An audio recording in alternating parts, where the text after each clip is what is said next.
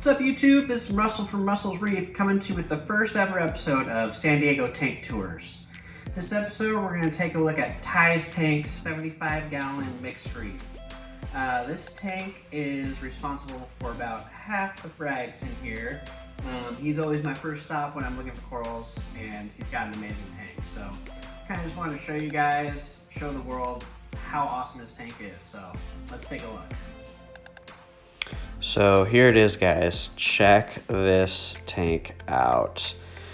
As you can see, it is pretty amazing. I mean, all the different colors are popping, everything is thriving, and this was truly my inspiration for starting this series.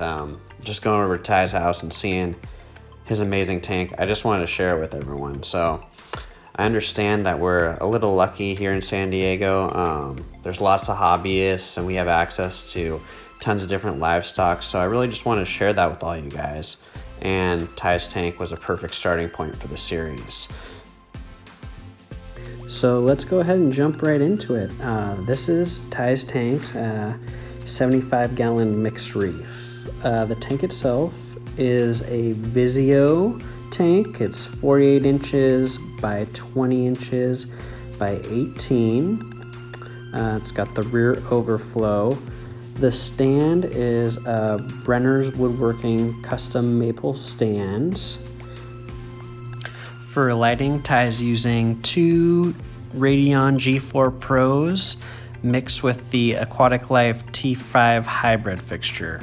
As you can see, it's working out pretty awesome for him. Just by looking at that torch garden on the left here, you can tell he's got the flow pretty much dialed. For that, he uses one MP40 and one MP10. Just looking at those torches, it seems to be working out pretty well for him. I'm always asking him how he's able to keep that perfect flow for the torches and still keep SPS, because on my tank, if my torches look like that, my SPS will be STN around the bases because they won't be getting enough flow. But looks like he's pretty much got it figured out, and I think that's just one of the amazing parts of this tank. It's just all those torches that keep growing and just are amazing. He's also using a random flow generator nozzles from VCA coupled with the Jabo return pump.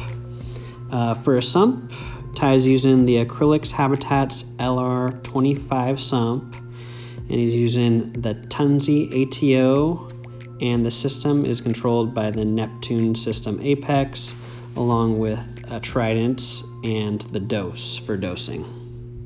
I think for me, when looking at this tank, by far the most impressive thing is this is truly a mixed reef. I mean, he's got everything in here, and whenever I come and look at it, everything seems to be thriving, which is a huge accomplishment on his part, because we all know I think it's easy to keep softies alone. It's a little bit harder to keep just SPS, but when you try to mix all the different SPS and LPS and softies together, it's really hard to get them all to thrive in the same system. And as you can tell by just watching this video, I mean, he's got it figured out. The colors, the growth, the health of all the corals, it's really amazing. I've never seen a system like this, so that's just another reason why I wanted to show it to you guys. Jumping into maintenance, Ty changes the filter floss, empties the skimmer cup, and cleans the glass weekly on the system. He also performs 10-gallon water changes every 2 weeks, which is roughly 10% water change. Ty recommends for newer systems, probably a little bit of higher water change percentage and doing them a little bit more frequently. But as your system ages and gets more mature, we all know you can get away with a lot more. So that is his current maintenance routine. I asked Ty just to kind of go over some of the mistakes and setbacks that he's had over the years with this tank, and this is what he told me. He said, "I've absolutely made a ton of mistakes in the hobby, and more often than not, it all boils down to impatience and a bit of laziness at times. One thing was rushing into really nice named acroporas without growing out less expensive ones first. I think we can all fall into this every once in a while we get caught up in the hype, especially with SPS, and need that brand new expensive coral, but it's kind of crazy because there's so many amazing pieces out there that have been around for generations that in San Diego you can get for next to nothing. Like all of the classic ORA pieces that we know will thrive in different aquariums, they're all available. So I'm gonna agree with that one. I mean, if you're starting off with SPS, go with some old ORA or just pieces that have been around for a while, and you'll have much greater success. And then once you have success with those pieces, then you can move on to whatever the hottest, most expensive stick is, if that's what you want to do. Another misstep that Ty mentioned was just not testing enough and not properly calibrating equipment. He said that has also led to some costly mistakes, and I think we can all sympathize with that. I mean, I know for me, when I was setting up my auto doser, I calibrated it, but I'm still having issues with it, and you just need to test and get those things dialed in. Otherwise, you're gonna lose some corals. So that's some good advice there. So I also asked Ty for some advice just on how he was able to accomplish such an amazing tank. And he said this, do your own research, but ultimately try to find a trusted hobbyist with proven results that is willing to offer their advice and guidance. I couldn't agree with this more. There's so much information out on the internet. You have a million people's opinions on every matter, and to be honest, some of them are completely wrong. So the best thing he would recommend to do, and I would recommend to do, would be find someone and listen to them. Find someone that has a proven track record. You can see their tank and listen to their advice versus kind of getting everyone's advice from forums and different places. Because I can tell you for sure, especially on Facebook, if you ask people for advice, some of the advice that you're going to get is going to be very incorrect. So yeah, just listen to the experts. Listen to someone with a proven track record with a tank, and you'll learn a lot from them for sure.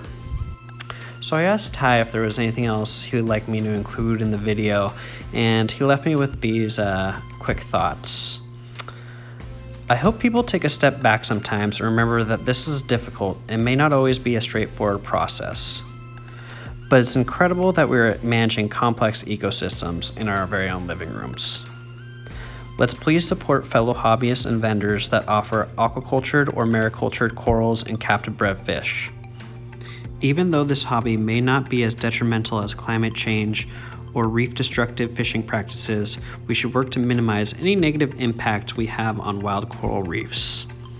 I couldn't have said this better myself. When I'm looking at my tank today, I see 100% corals that came from aquaculture. I don't have one piece in my tank that isn't a second, third, fourth, fifth generation coral, and it's all come from fellow hobbyists. So that's much different from the time when I started in this hobby about 20 years ago.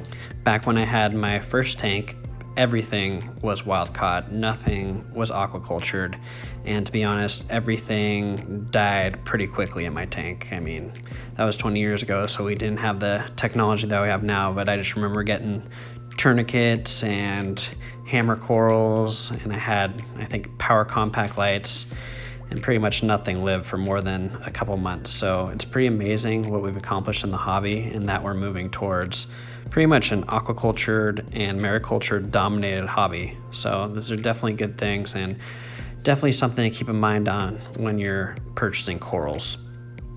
And on that note, I think we'll wrap it up.